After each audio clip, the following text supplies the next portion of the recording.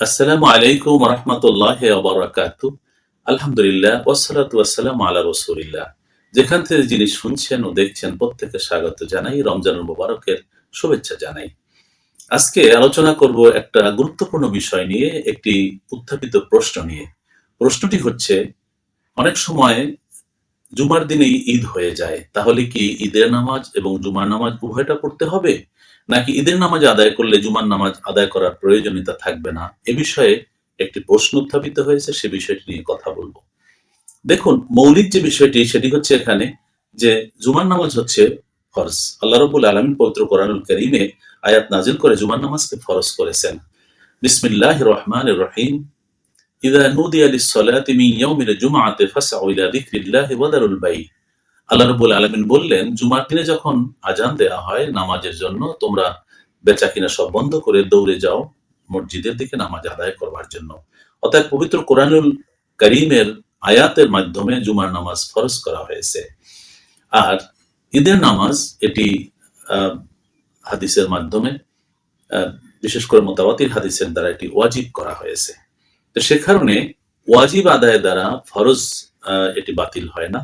আবার উভয়টার ধর্মীয় গুরুত্ব অপরিসীম, যার কারণে দুটাই আদায় করতে হবে। আল্লাহ রাসূল সাল্লাল্লাহু আলাইহি ওয়াসাল্লাম তার জীবদ্দশায় তিনি জুমার দিনে ঈদ পেয়েছেন এবং তিনি ঈদের নামাজ আদায় করেছেন, জুমার নামাজও আদায় করেছেন।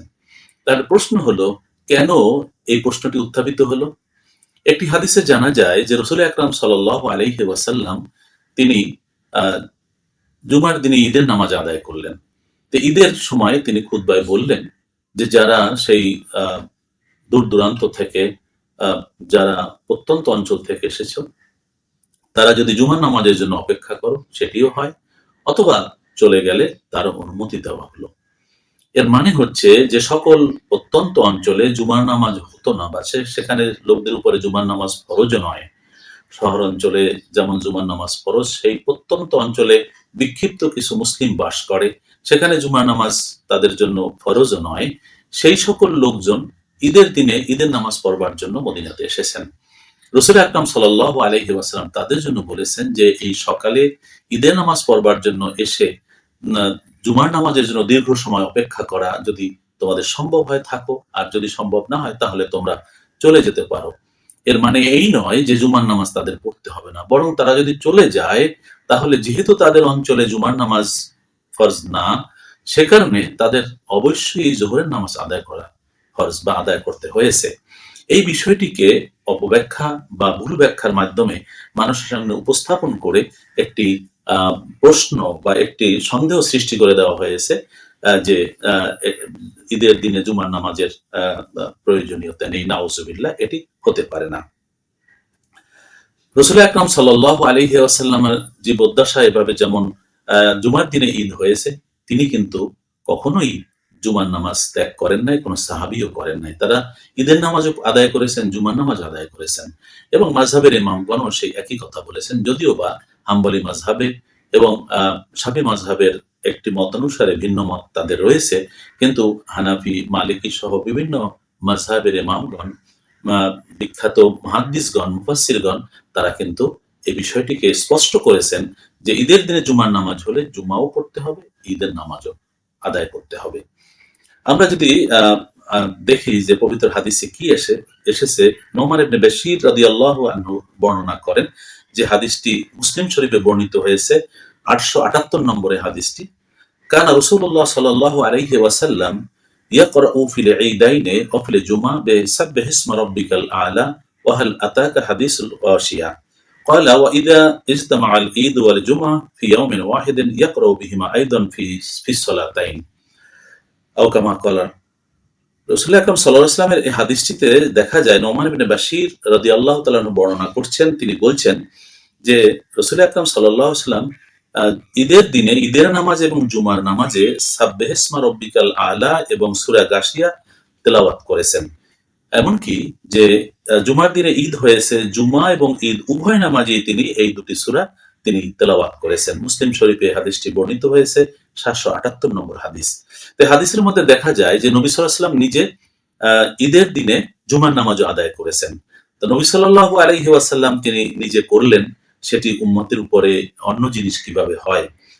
আরেকটি হাদিস আমরা উল্লেখ করতে পারি হযরত ওসমান রাদিয়াল্লাহু তাআলা আনহু খেলাফতকারের ঘটনা, যেটি বর্ণনা করেছেন তাবি আবু উবাইদ রাহিমাহুল্লাহ। তিনি বর্ণনা করেছেন যে তিনি নামাজ পড়েছেন হযরত ওসমান রাদিয়াল্লাহু তাআলা আনহুর পিছনে। তিনি বলছেন, সুম্মা শাহাদতুল ঈদা মা উসমান ইবনে আফফান ফাকানা যালিকা ইয়াউমাল জুমআহ ফাসাল্লা ক্বাবলা আল খুতবা সুম্মা খাতাবা ফাকালা ইয়া আইয়ুহান নাস ইন্না হাযা ইয়াউমুন ক্বাদ ইজতামা'a লাকুম ফীহি ঈদান ফামান আহাব্বা আন ইয়ানতাযিরা আল জুমআহ মিন আহলিল আওয়ালি ফালইয়ানতাযির ওয়া মান আহাব্বা আন ইয়ারজি'a ফাকাদ আযানতু লাহু। এর মোটামুটি অর্থ হচ্ছে যে হযরত ওসমানের খেলাফতকালে একবার জুমার দিনে ঈদ হলো। তিনি ঈদের নামাজ পড়ালেন, তারপর খুতবা দিলেন এবং বললেন, হে লোক সকল, এটি এমন একটি দিন যেদিন দুটি ঈদ একত্রিত হয়েছে, তাই মদিনার বাইরের প্রত্যন্ত অঞ্চল থেকে যারা এসেছে, যেখানে জুমার নামাজের বিধান নেই, সেখান থেকে যারা এসেছে তারা ঈদের নামাজ শেষ করে জুমার জন্য অপেক্ষা করতে পারে। আর যদি কেউ অপেক্ষা করার সমস্যা হয়, সে চলে যেতে পারে, যেতে পারে, তাকে অনুমতি আমি দিলাম। এটি বুখারী শরীফে উল্লেখ করা হয়েছে। হাদিসটি 5572 নম্বরের হাদিস।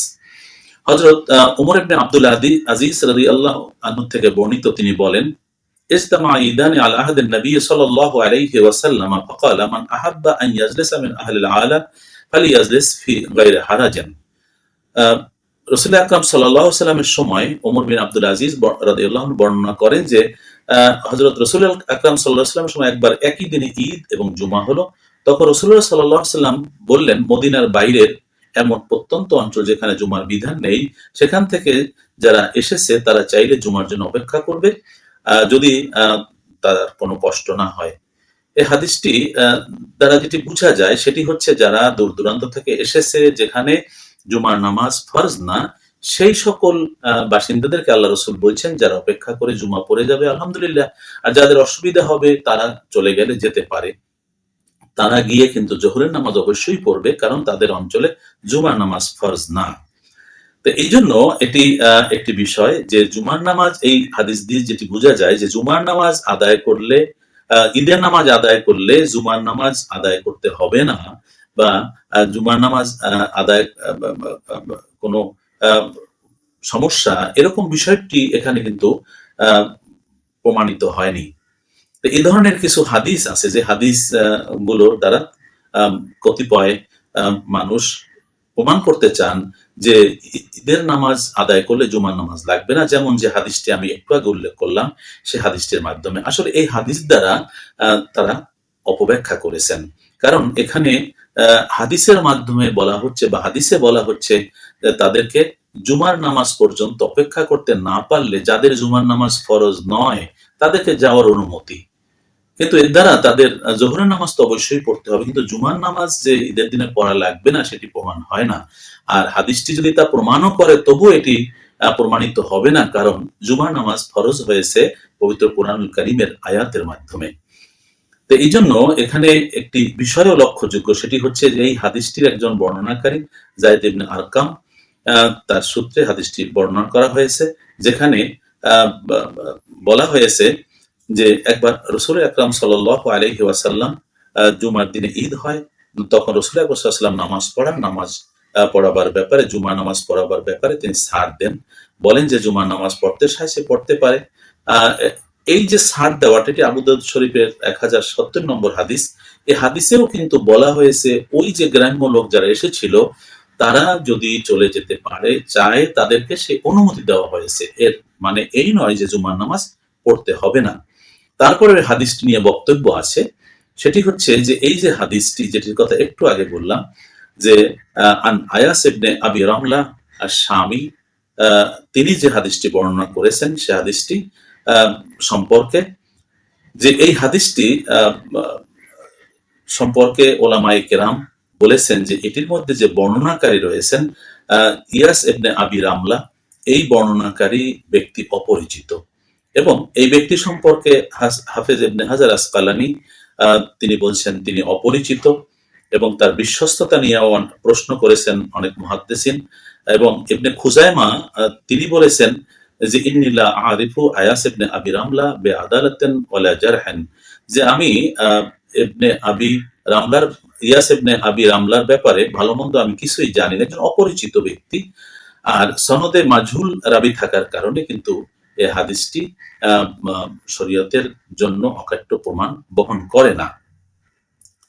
যার জন্য ইবনুল মুনজির রাহমাহুল্লাহ তিনি বলছেন হাযাল হাদিস লা ইয়াসবুতু ওয়া ইয়াস ইবনে আবি রামলা, তিনি বললেন যে এই হাদিসটির মধ্যে বর্ণনাকারী ইয়াস ইবনে আবি রামলা তিনি অপরিচিত সাহাবী।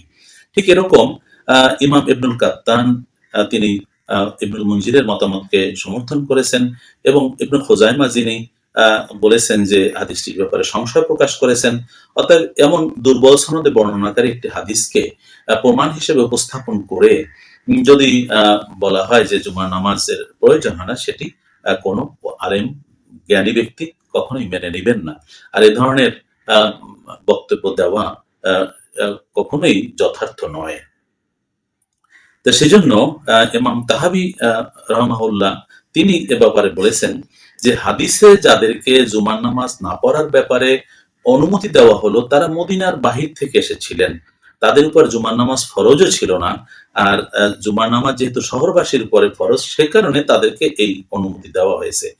ইবনে আব্দুল বার জগৎ বিখ্যাত মুহাদ্দিস তিনি এই ব্যাখ্যা করেছেন। তিনি বলেছেন শরীয়তের উসুল এবং মূলনীতি সেটি হচ্ছে যে জুমার নামাজ ফরজ এবং এই হাদিসটির যে দলিল সেটি গ্রহণযোগ্য নয়। এভাবে বিখ্যাত ওলামায়ে কেরাম বলেছেন যে এই হাদিসের মাধ্যমে যে হাদিসটি নিয়ে প্রশ্ন উঠেছে এবং হাদিসের বর্ণনাকারী মাঝহুল রয়েছেন, অর্থাৎ অপরিচিত রয়েছেন, এটি দ্বারা মুতাওয়াতির হাদিসের বিপক্ষে বা কোরআনের আয়াতের বিপক্ষে কখনোই দলিল গ্রহণ করা যায় না।